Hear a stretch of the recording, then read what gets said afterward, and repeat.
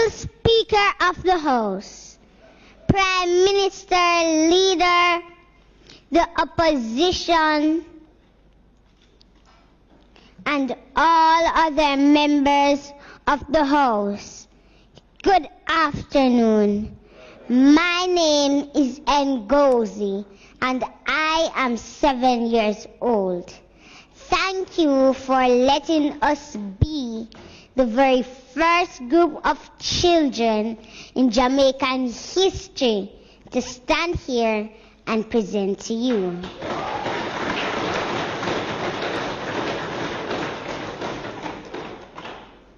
With me are Tafari, who is also 7, Kino, who is 10, and Shanil, who is 18, and spent most of her childhood in state care. We are here today as advocates for a violence-free Jamaica. We love our country, but we hate the violence that is hurting the bodies, minds, and spirits of Jamaican children.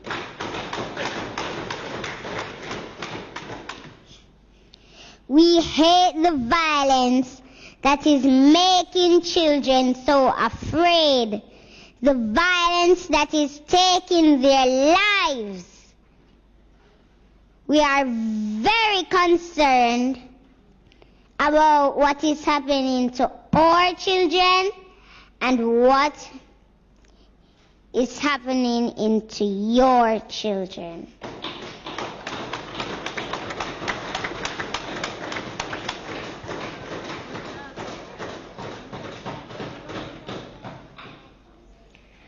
Honorable adults, listen to us, please. Many of us are afraid to go to school, afraid to go home, afraid to go outside in our communities. We live in fear that we will be the next victims of violence.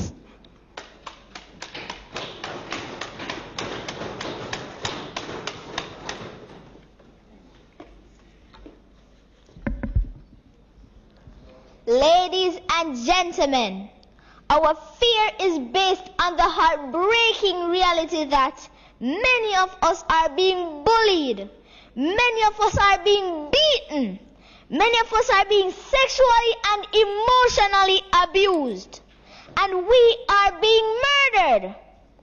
This violence started in the days of slavery, and to this day it continues. So I ask you, what are you doing to help break the cycle? One thing you can do is to listen to us. We are living with this violence every day. We are seeing it happen all around us, and we have a lot to say. Over the last 3 months, almost 300 children in 3 parishes spoke up about violence at sessions organized by UNICEF, the Office of the Children's Advocate, and Talk Up Youth. We learned about the rights we have in the Convention on the Rights of the Child, and we reasoned about what it means to have these rights, like the right to share our thoughts as we are here doing today.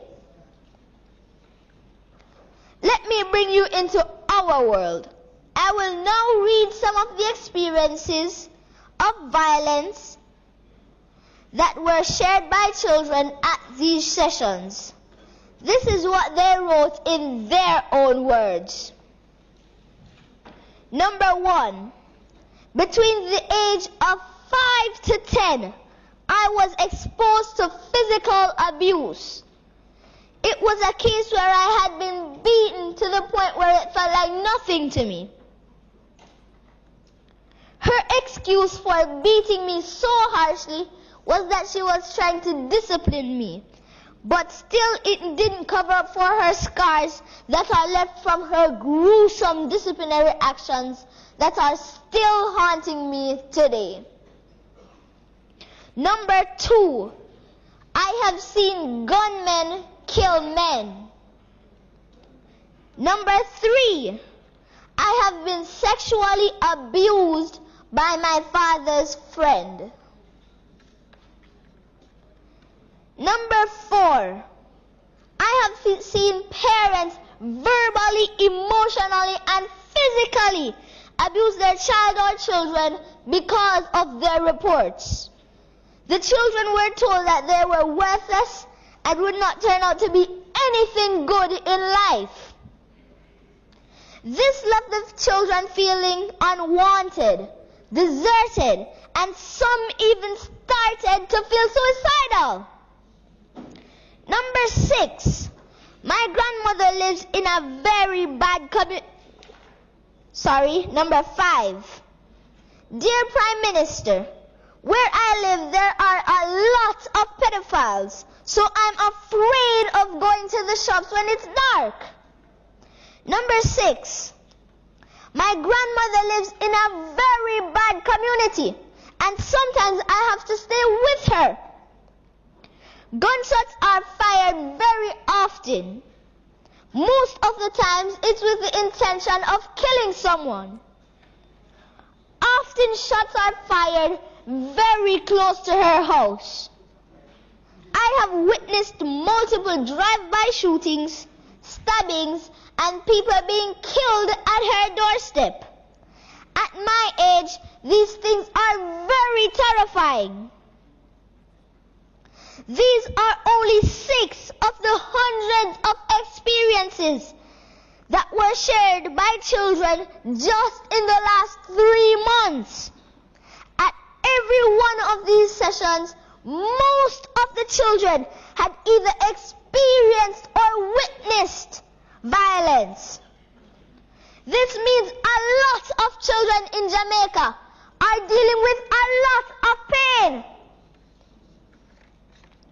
Research from around the world shows that this kind of trauma can have negative effects on all aspects of a child's development, and it can have a lasting impact.